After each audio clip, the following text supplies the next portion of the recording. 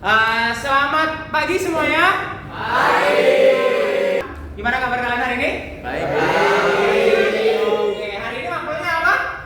Teknika atau informatika, boleh ya. Jadi, nah sekarang di sini ada yang belum pernah menggunakan AI? Siapa? Atau yang udah pernah menggunakan AI apapun, angkat tangan nih, boleh? Angkat tangan. Boleh. Satu, dua, tiga, empat, apalagi mana, lima.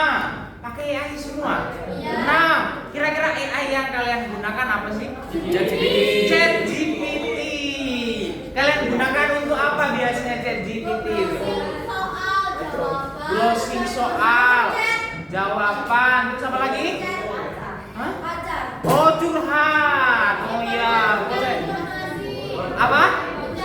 Mencari informasi. Mana sih? Biar kita bisa memanfaatkan AI agar lebih baik. AI sebagai asisten belajar. Jadi kalian kalau belajar udah ada asistennya. Hari ini belajar apa? Hari ini belajar apa? Kalian pernah nggak buat katanya yang di ChatGPT langkah 100 hari menuju apa gitu? Biar kalau aku dulu pernah pakai gimana caranya aku belajar Excel paham dalam 1 bulan. 30 hari belajar Excel. Mereka buatin tuh. Hari pertama apa, hari kedua harus ngapain, hari ketiga sampai hari ke-30. Jadi udah ada asistennya kita. Belajar pun kita gak ngerasa sendirian. Kita ngefoto atau tanya kira-kira apa jawabannya. Selesai masalahnya. Benar? Ada pernah coba kayak gitu? Udah ya, oke. Tugas serta belajar fokus pada proses bukan pada hasil akhir. AI atau AI, asisten bukan pengganti. Artinya apa? AI itu tetap asisten kita, bukan menggantikan otak kita. Jadi AI adalah alat untuk mempermudah hidup manusia. Oke ya. Nih, manfaat AI dalam mengerjakan tugas nih buat kalian yang banyak tugas ya kan ya.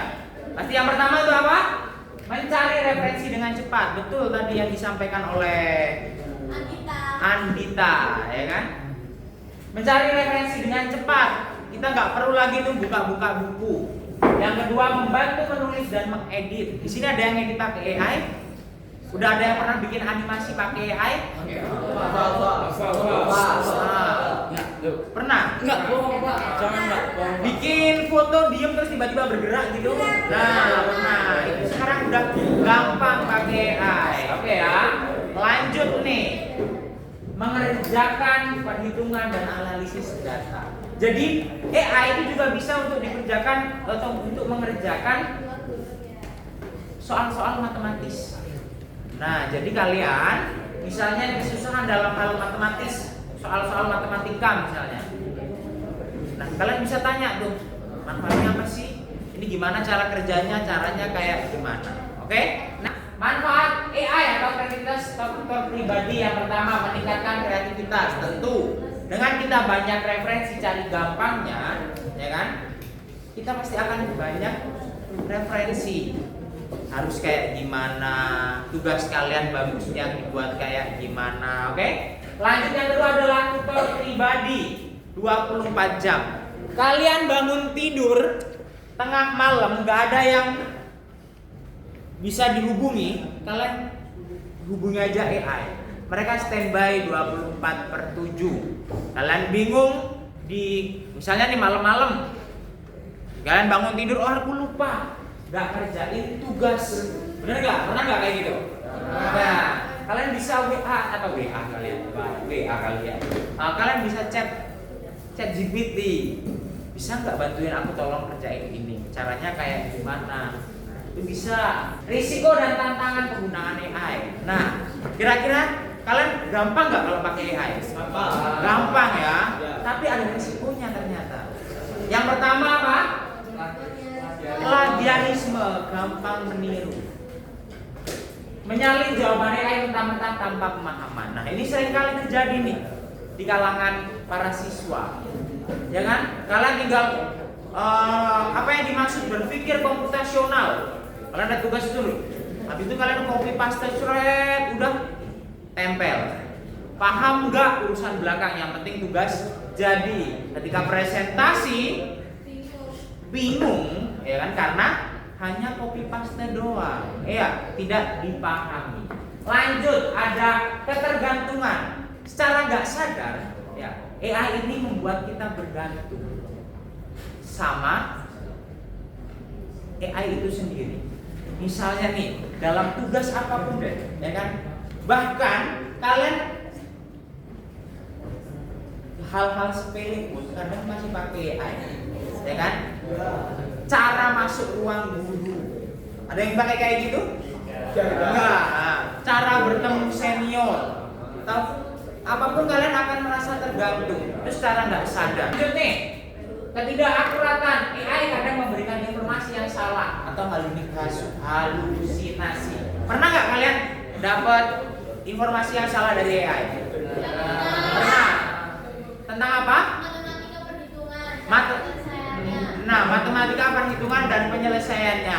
AI diminta untuk mengerjakan, jebret, dikerjakan oleh AI. Waktu dikerjakan sama guru salah nih, ya kan? Pernah kayak gitu? Berarti AI itu nggak bisa kita telan mentah-mentah. Terus etika akademik, beberapa tugas harus dikerjakan sama itu AI sesuai aturan. Nah, jadi ada nih aturan-aturan akademik yang membuat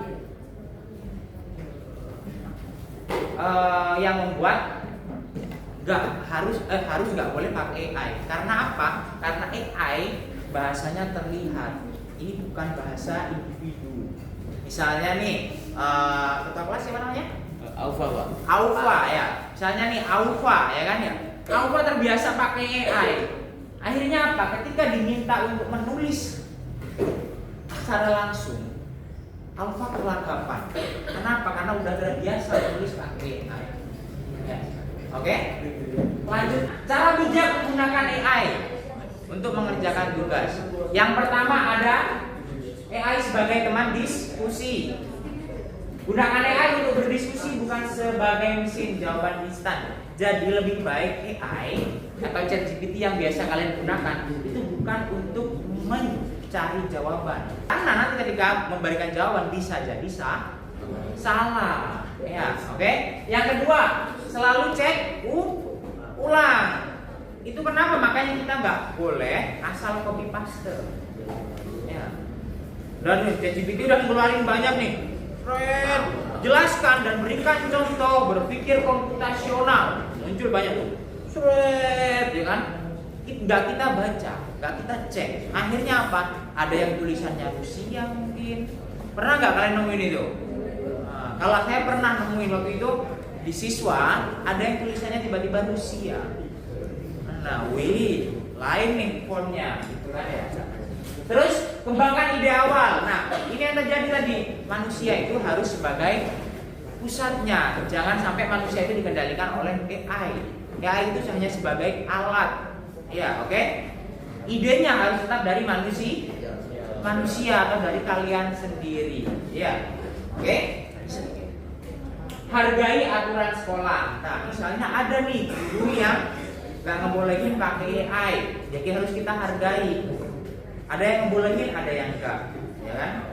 Harus kita hargai. Karena apa? Karena itu juga salah satu bentuk usaha seorang guru agar kalian berpikir kreatif.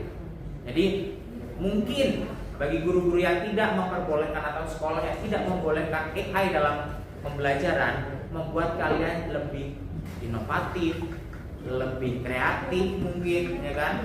Gak bergantung dengan adanya AI, kayak gitu ya, oke? Tapi kalau informatika boleh nggak? Boleh. Betul. Oke ya, next. Nah, contoh praktis penggunaan AI. Kalau misalnya ada tugas esai ini, kalian gampang kan bikinnya? Selesai. Terus yang kedua ada tugas matematika. Di sini ada yang tugas matematikanya pakai AI? Pernah? Pernah ya? Pernah atau enggak? Ya pernah. Pasti pernah. Sekarang apalagi banyak fitur-fitur di ChatGPT. Mereka bisa bikin atau mengerjakan soal dengan cuma difoto, jepret kerjakan, selesai juga. Ya kan? Lanjut. Kenapa sih banyak, kalau sekarang gampangnya ya, presentasi itu bisa digunakan atau bisa menggunakan AI. Jadi kita nggak perlu lagi tuh desain secara manual. Ini pakai AI apa enggak? Ya. Pakai AI. Saya Pak. bikinnya pakai AI. PowerPoint-nya saya bikin pakai AI. Pakai apa tuh? Pakai gambar. Bikin, tapi isinya dari saya. Saya ingin ini, dapatnya ini. Jadi idenya harus tetap dari manusia. Agar apa? Agar sesuai dengan apa yang kita kerjakan. Oke ya. Gunakan AI sebagai alat, bukan sebagai otak kita ya. Alat. Jadi AI adalah alat untuk mempermudah manusia, bukan menggantikan manusia itu sendiri. Oke ya. Lanjut nih. Mempercepat dan mempermudah tugas. Nah, tugas kalian banyak apa sedikit? Banyak. Lumayan. Pak. Lumayan. Oke, jadi dengan adanya bantuan AI, kalian bisa mempersingkat jarak waktunya. Benar ya? Oke, lanjut. Memperbaiki kualitas belajar. Nah, yang awalnya belajar kalian nggak paham, dengan adanya bantuan asisten 24/7, kalian diharapkan lebih paham dengan materi kalian. Oke ya. Terus lanjut, pahami diri sendiri. Nah, ini kadang kita lupa, pahami diri sendiri. Jadi kita harus memahami apa yang terjadi di diri kita. Kita itu sebenarnya kayak gimana sih? Kita inginnya kayak gimana sih? Kalau kita udah paham dengan diri kita, apa yang akan kita kerjakan, nanti dapat bantuan dari AI, pekerjaannya jadi gampang. Oke ya. Pentingnya pemahaman diri. Nah, ini kata si Bill Gates ya. Di terakhirnya ada kutipan dari Bill Gates. Teknologi adalah alat dalam hal membuat anak-anak bekerja sama dan memotivasi mereka. Guru adalah yang terpenting. Kenapa sih sekarang saya tanya? Kalau udah ada AI, harusnya kalian udah paham sama pelajaran tanpa guru jelasin. Bener nggak? Bener. Oke. Kalau gitu, apakah sekolah itu masih penting? Kenapa? Kan bisa materinya bisa kalian dapat itu. Sosialisasi apa lagi? Mau mengajarkan pola pikir apa lagi? Apa lagi? Ada lagi? Nah, ternyata tugas seorang guru bukan hanya untuk mengajarkan. Ya, ternyata tugas guru bukan hanya untuk mengajar, tapi juga memberikan contoh. Misalnya nih, ya kan? Kalau di kelas gurunya boleh minum, muridnya boleh minum nggak? Boleh. Kalau gurunya di kelas nggak rame, muridnya di kelas rame nggak? Rame, ya kan ya. Jadi guru itu juga sebagai memberikan contoh. Kalau gurunya disiplin, muridnya pasti akan disiplin. Tapi beda kalau gurunya sembrono, pasti muridnya juga sembrono. Oke. Nah, habis ini kalian akan membuat tugas membuat peta konsep tentang berpikir komputasional di karton. Ya, oke. Kalian bebas mau menggunakan AI apapun, gunakan semaksimal mungkin agar hasilnya juga maksimal. Oke? Sekian dari saya dan terima kasih.